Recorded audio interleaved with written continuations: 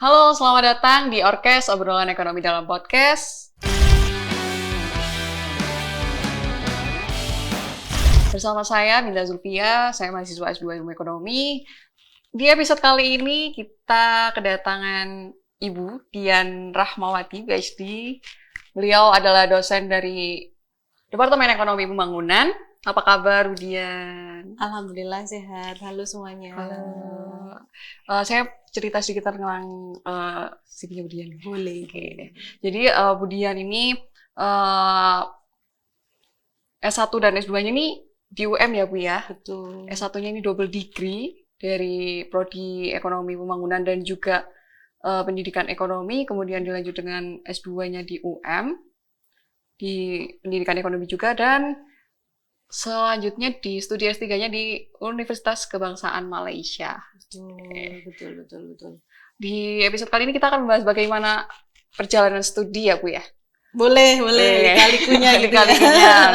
Oke, mungkin Boleh. bisa langsung kita dari S1 dulu mungkin Bu? Boleh. Oke. Jadi Bu Dian dulu, tahunnya nggak usah disebutkan ya Bin ya? Oke, boleh.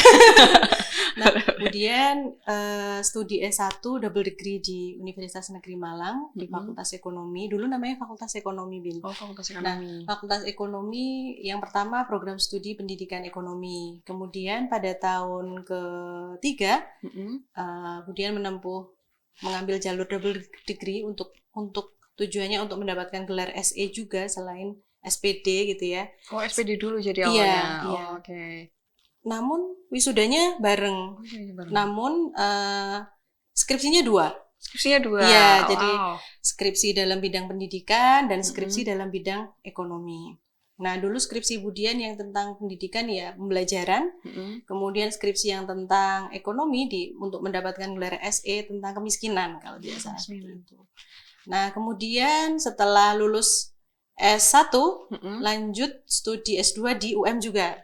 Langsung itu? Iya, setelah lulus langsung apply untuk kuliah S2 di UM gitu. Pendidikan ini ya? Pendidikan ekonomi. Nah, kemudian lulus S2 pendidikan ekonomi, kemudian mengajar di UM. Nah, sebenarnya tidak langsung mengajar di UM. Kemudian sempat mengajar di SMA Negeri 10 kalau tidak salah. Malang. Yang di Telogowaru. Oh, oke. Yang di Telogowaru itu SMA berapa ya, Bin? Aduh, saya juga kurang hafal. Nah, itu pokoknya di SMA itu hanya 1 tahun. Kemudian selain itu, Bu Dian juga pernah mengajar di Universitas Bayangkara di Surabaya. Oh, wow. Nah, pada Fakultas Ekonomi juga. Nah, kemudian setelah itu mengajar di UM. Mengajar di UM. Ya, mengajar di UM. Nah, pada saat itu karena memang penerimaan dosen itu minimal pendidikan S2, namun setelah menjadi dosen dituntut untuk studi lanjut S3. Nah, maka pada saat sebelum studi kemarin, 4 tahun yang lalu, kita harus tanda tangan kontrak untuk studi lanjut. Nah, maka kemudian studi lanjut ke Malaysia gitu. Nah, alhamdulillah pada akhir tahun kemarin lulus. Dan ini sedang menunggu wisuda atau convocation ya kalau istilahnya di Malaysia pada bulan November nanti gitu Bin. Oh, perjalanannya cukup panjang ya Bu ya. Iya. Ternyata harus ke SMA dulu, ke Bayangkara dulu gitu. Iya. Tapi saya penasaran deh Bu yang kembali ke S1-nya ya. Itu bisa double degree di tahun ketiga. Ya, ketiga, keempat ya. Tahun ketiga, keempat. Kalau sekarang kan sejauh yang saya tahu saya enggak pernah, belum ada, iya. Belum pernah program tersebut gitu. Sepertinya sudah tidak ada waktu sekarang ini. Mungkin akan ada lagi mungkin ya nanti kita tunggu saja. Nah, berarti pada saat tahun ketiga itu Bu Dian ambil mata kuliah lagi. Beberapa di antaranya ada 5 sampai 10 mata kuliah kalau tidak salah ya. Lupa karena sudah lama sekali. Iya, lama sekali. Harus ambil mata kuliah yang ditempuh oleh mahasiswa ekonomi pembangunan.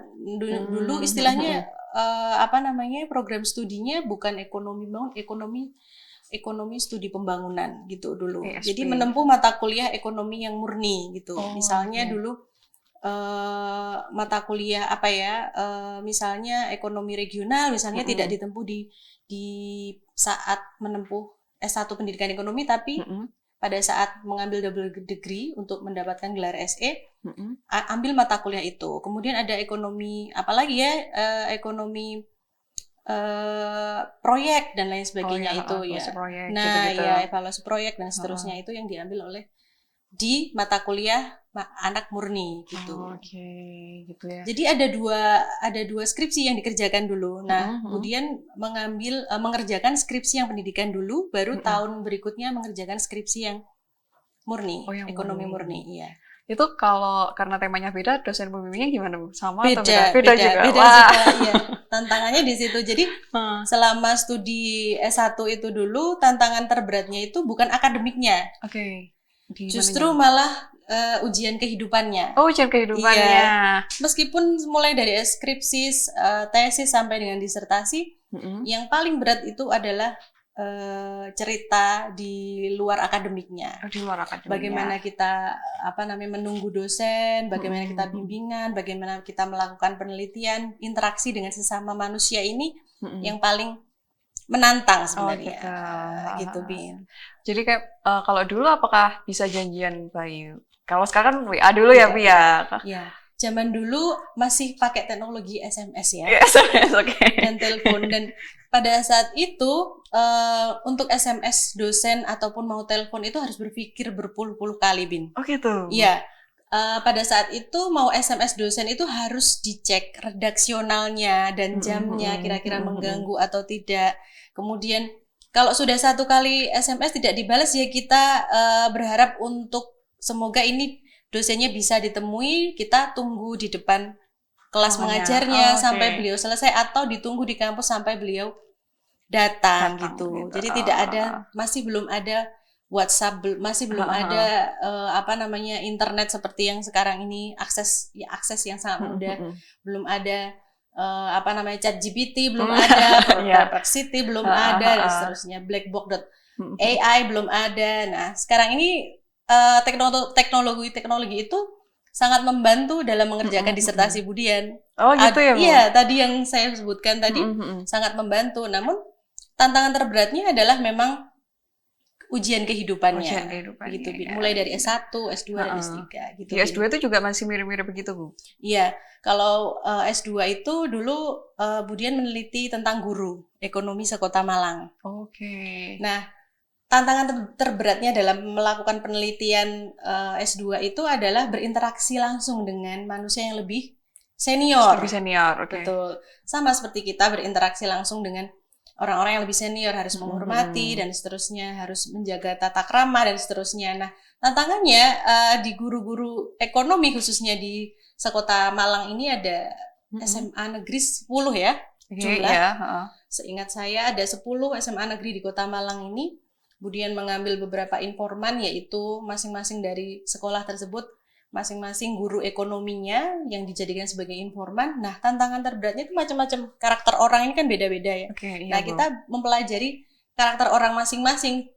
Pun selain kita konteksnya terkait penelitian kita tentang pembelajaran ekonomi, evaluasinya dan seterusnya, terkait tentang pembelajaran Bapak Ibu guru tersebut. Nah, tantangan terberatnya memang berinteraksi dengan guru yang senior, ada yang maksudnya ada agak yang lebih muda, ada.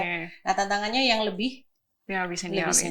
Nah, jadi keliling dari satu sekolah ke sekolah gitu ya, Bu, yang SMA kota. Tantangannya adalah ada yang kita mendapatkan perlakuan baik, ada welcome yang, gitu ya. Bagaimana sih kita merasakan orang itu welcome nggak sama kita dan tidak. Nah, itu tantangannya seperti itu. Bagaimana kalau dia tidak welcome, terus kemudian di pertemuan selanjutnya kita bisa diterima, apa yang harus kita lakukan, pendekatan, kita harus mendekati itu informan kita yang mau kita gali informasinya gitu kan ya. Iya. Nah, itu tantangannya, Bin, kalau S2.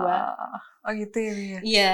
Saya masih mau menuju tesis. Menuju itu ya. Menuju tesis. Nah, memang tantangannya paling berat adalah kita berinteraksi dengan orang lain yang mungkin tidak sama dengan kita, atau lebih dari kita, atau kurang dari kita dan seterusnya, yang menyebabkan kita harus belajar belajar untuk bagaimana kita memperlakukan orang itu sebaiknya agar kita dapat informasi yang mau kita dapatkan gitu ya. Iya. Saya juga masih sangat belajar sih Bu, bagaimana bersosialisasi dengan semangat ya, semangat. Iya, dengan yang lebih senior gitu. Iya, betul. Kalau itu kan terjadi dari S1 S2 ya Bu ya, lika-likunya menghadapi manusia. Nah, ini di S3 ini sudah beda negara kan Bu. Pasti bertemu dengan manusia-manusia yang maksudnya berbeda negara, beda budaya kan. Betul, nah, betul. Mungkin bisa diceritakan juga lika-likunya, mungkin kayak apakah harus yang kayak tadi di masa-masa S1 harus menunggu kayak gimana gitu selama proses kuliah S3 ini Bu, terutama di Malaysia. Nah, iya. Studi S3 ini terus terang Budian itu mengambil karena memang keharusan, kewajiban ya. Oke, Yang pertama tentu saja karena keluarga. Terberatnya ya, alasan terberatnya untuk studi S3 itu alasan terberatnya untuk tidak langsung ambil studi. Jadi dari S2 ke S3 ini kan jedanya sangat lama ya tahunnya. Karena apa? Dari S2 Budian sudah berkeluarga, punya suami, punya anak kan gitu, yang masih balita. Dan kemudian dari UM menuntut untuk studi lanjut di luar negeri. Nah, di luar negeri ini di mana kira-kira yang paling dekat dan linear dengan bidang keilmuan Budian.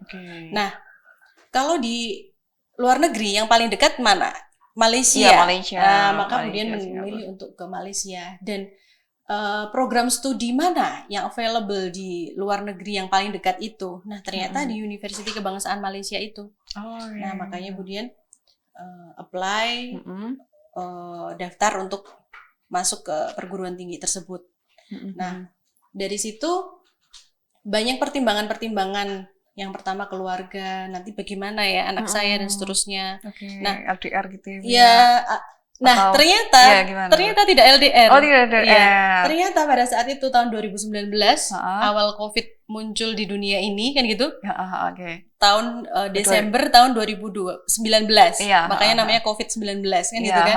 Nah, pada tahun itu COVID sudah berkembang. Kemudian tahun 2020 kita pandemi kan di Indonesia, mulai dari penurunan pertumbuhan ekonomi dan seterusnya, semua remote gitu. Kan gitu, semua remote, pekerjaan gitu. Remote, kemudian sekolah juga online.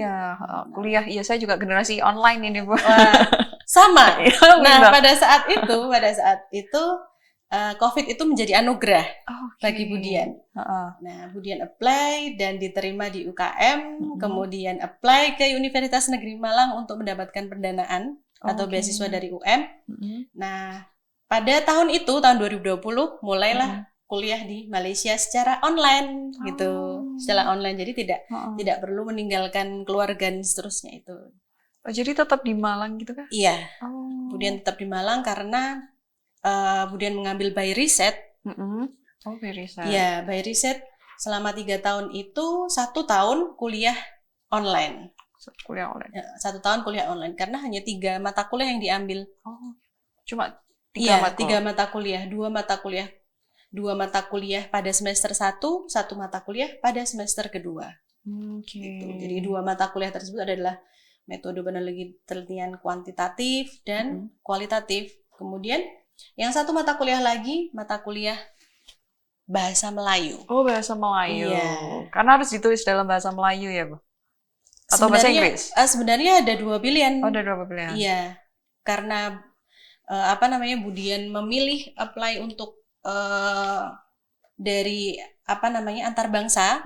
Nah, di situ memilih untuk menggunakan bahasa Melayu. Pertimbangannya awalnya karena mungkin bahasa Melayu tidak beda-beda jauh ya sama bahasa Indonesia. Iya. Ternyata enggak. Jauh ya, Bu. Jauh berbeda. Dan ada yang justru malah lebih menantang menggunakan bahasa Melayu daripada bahasa Inggris dalam menulis disertasi tersebut.